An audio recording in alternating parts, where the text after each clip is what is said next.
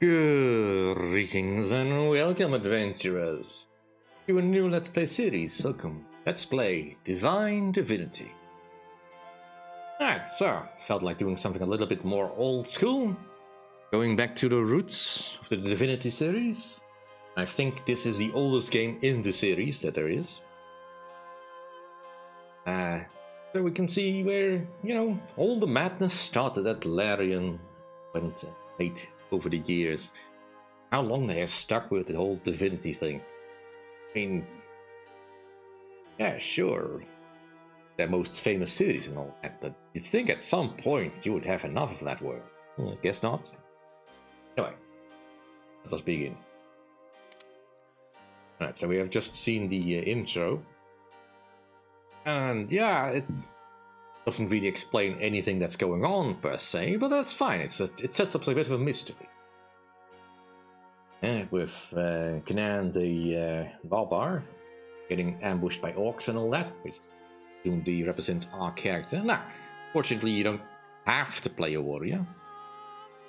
We are going to be playing a warrior, but as long as we are here, let us have a showcase of all the characters, because they have a slight voiced intro on who they are and what they do. I'm a bad boy, but you have to be to survive on the streets.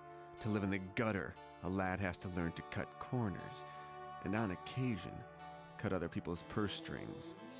These days, the law only serves the rich, so I help myself.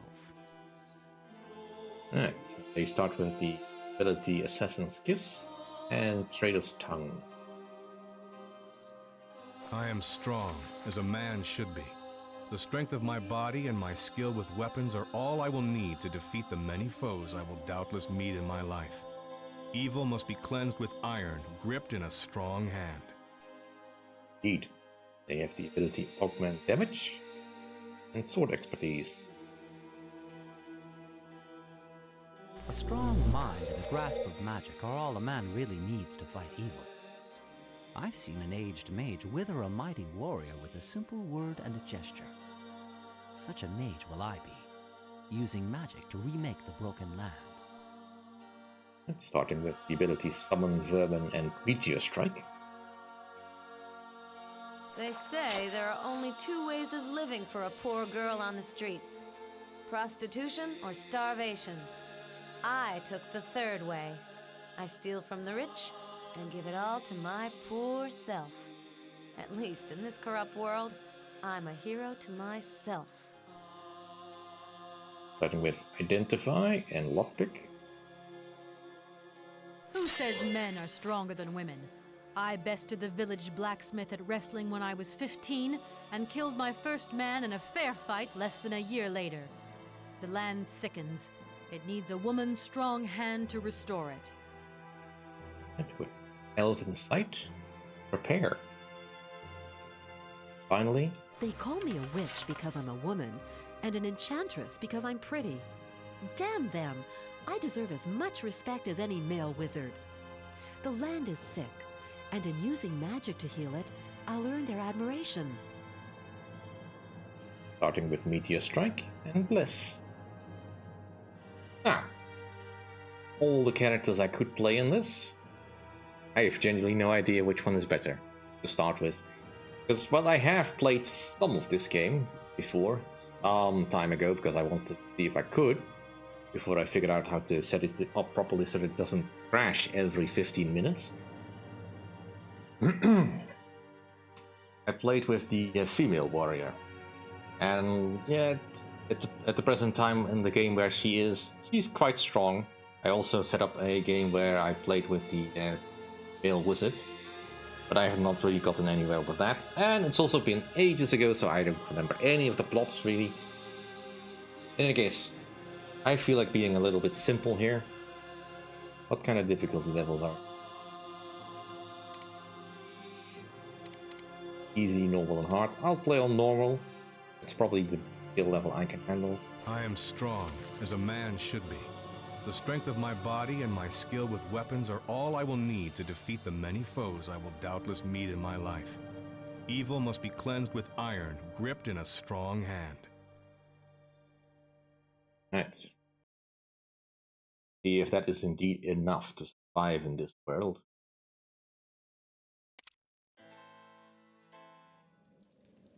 Here we are. In a basement room. No idea where we came from. We have nothing really here. We have no equipment at the present time. We have, don't think, anything in our inventory. What skills we have is just augment damage.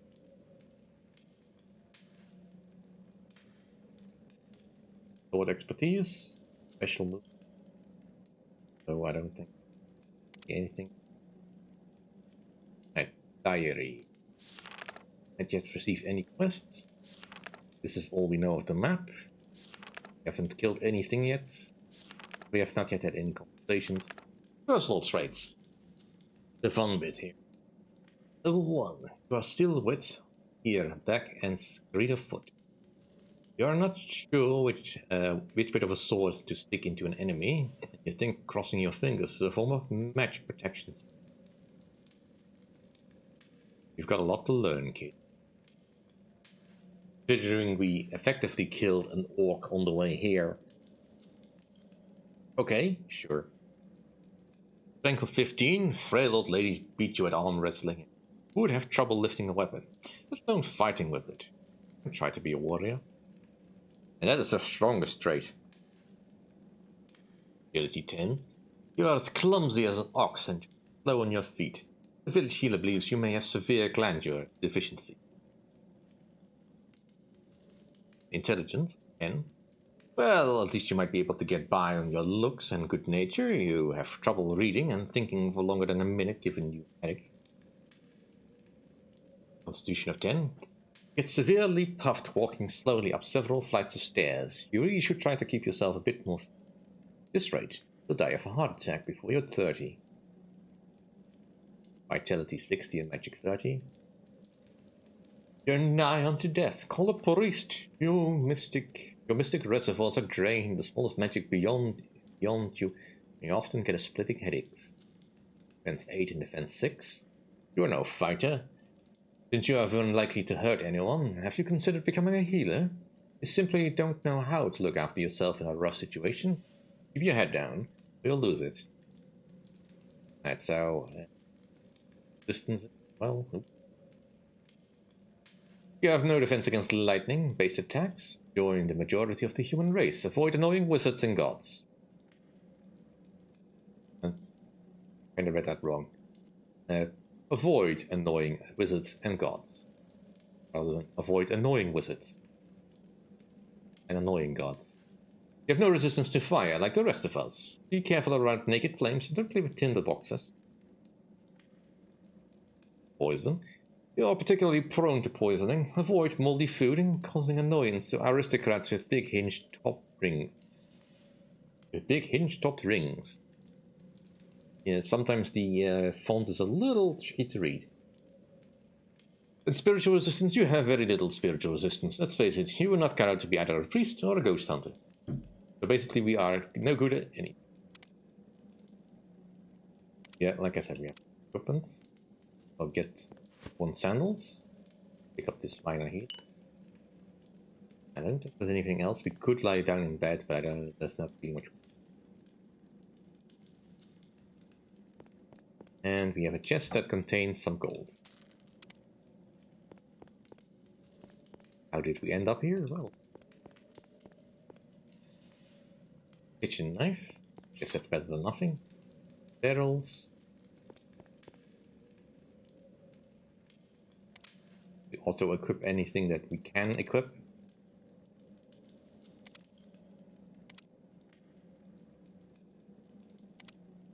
As far as skills go, you start off with some skills that are potentially cool. But we of course are of the way of the water, so none of these skills are really innately available to us.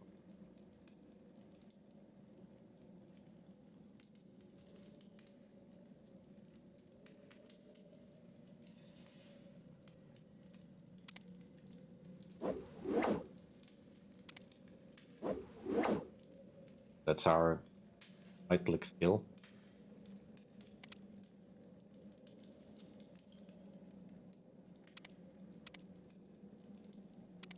We'll see. Anyway. Ah, my friend. You're awake at last. How are you feeling? Alright. Here we have Joram, village healer. A friend consult. Who are you? How did I get here? My name is Joram. I'm one of the healers here. As to how you got here, well, it's an odd tale. 3 days ago, while I was searching for some herbs on the edge of the forest, a small white cat drew my attention. I mean, it actually seemed to want me to go with it. I followed it cautiously and literally stumbled over your unconscious body.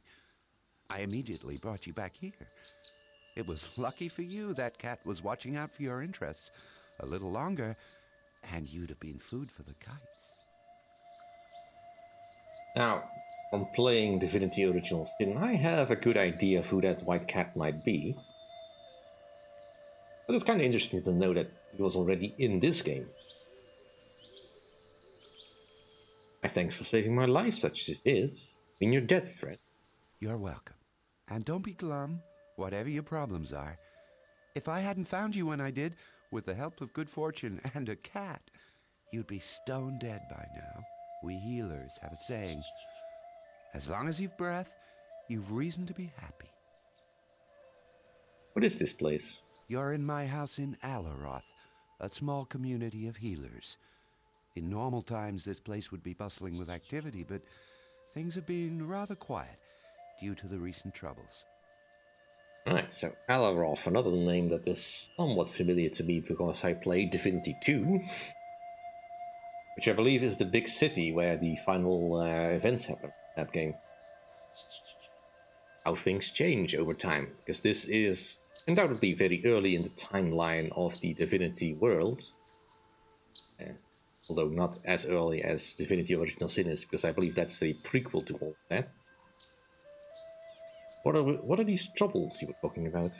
You mean apart from the orc bandits infesting the woods, and the fact that we've lost contact with the source? Well, our leader, Mardanius by name, seems to have gone... How should I put it? Well, he seems to have gone as crazy as a loon. Mardanius is crazy? Yes, that's the only way to put it. He's constantly raving about dark chambers and evil spirits, and he thinks everybody is a servant of the dark powers. If I didn't know any better, I'd say he's been possessed by a demon. Of course, that can't be true. Nobody has gone down with possession in centuries.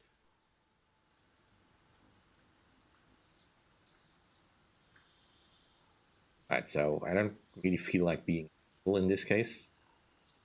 That's strange indeed. Anything I could do to help, Mardanius? Mardanius? Well, that's good of you, my friend. And I don't want to sound rude, but we are, after all, professional healers. If we can't help him, I doubt a simple adventurer could do better. Then again, so far all our efforts of curing him have failed, and the man is in constant mental pain. Maybe strange illnesses must be cured by strange methods. Ouch. You don't have to put me down, you just brought me back to life. Anyway, where can I find Mardanius? Follow the street outside my house, a little bit to the south, and then go west. His house is next to the old well. Take care. Before you go, I couldn't carry your belongings with me when I brought you here. Feel free to take anything you find necessary from my house. We healers believe in sharing what we have with the needy. Oh, did you blind then? Thank you, my friend. Oh, you're very welcome. You can always repay me later if you feel in my debt. Perhaps you should pay George a visit. He has a small shop and could provide you with some basic gear for a reasonable price. But I'm sure an adventurer like yourself will find ways of making enough money, even here in poor Alaroth. Where does George live? He lives in the southeast of the village, near the gate. Thanks again. Goodbye. I could I trade with him, but he doesn't really have anything I want. Like the new Dirk. Gold. Really doesn't mind taking that. I would like this minor healing. Herbal medicine refers to the use of any plant, seeds, berries, roots, leaves, bark, or flowers, utilized for medicinal purposes. Using herbs is an ideal way to cooperate with our own innate healing power. Herbs may also, of course, be used to flavor food. The elves use herbs to produce aromatic oils for soap, fragrance, which are in much demand by human and dwarven aristocrats. It does say things. I'm not going to read all of these, but some of these items could be used. Live along, another name that I know of.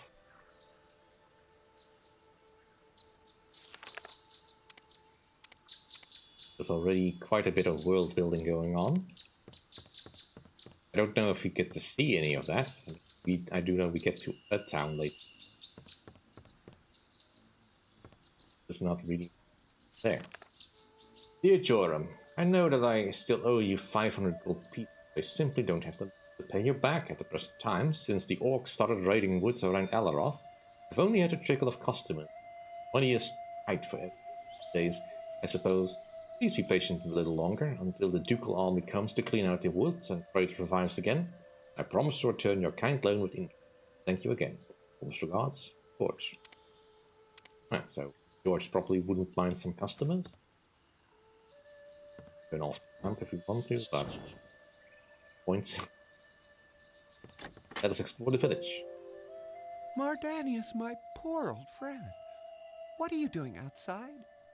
What? Who? Oh, it's you, Lanilor. I was... Ah, he will come. The end is upon us. Sheloi! You're raving, Mardanius. You must take more rest. Come, let me take you home. But Nemesis is near. We must be vigilant. We must be pure. We must behave. Oh, what did you say, Lanilor? Rest? Oh, yes, I could try to sleep. If only the voice in my head would be silent.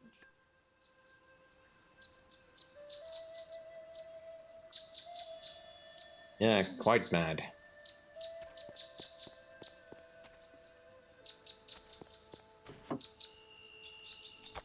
These. And the people go about their business. They will. Let's have a bit of an explorer. Dragon statue. Move it.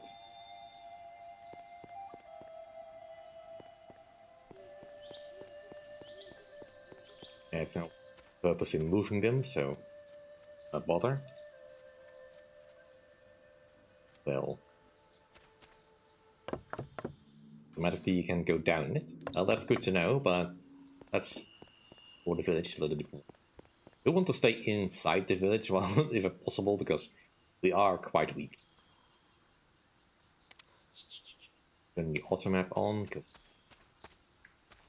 difficult enough to talk about here, because initially when I played this game I thought it would be something akin to Diablo in terms of movement.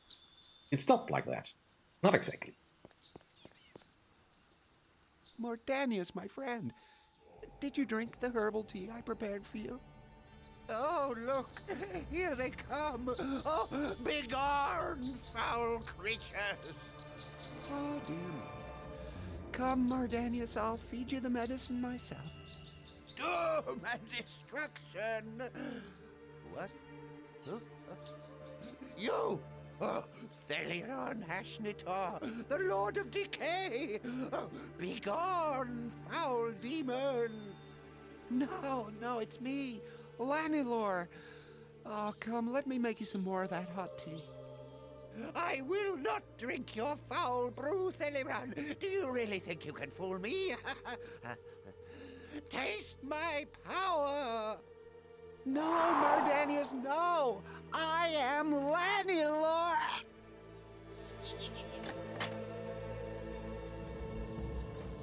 Well, that was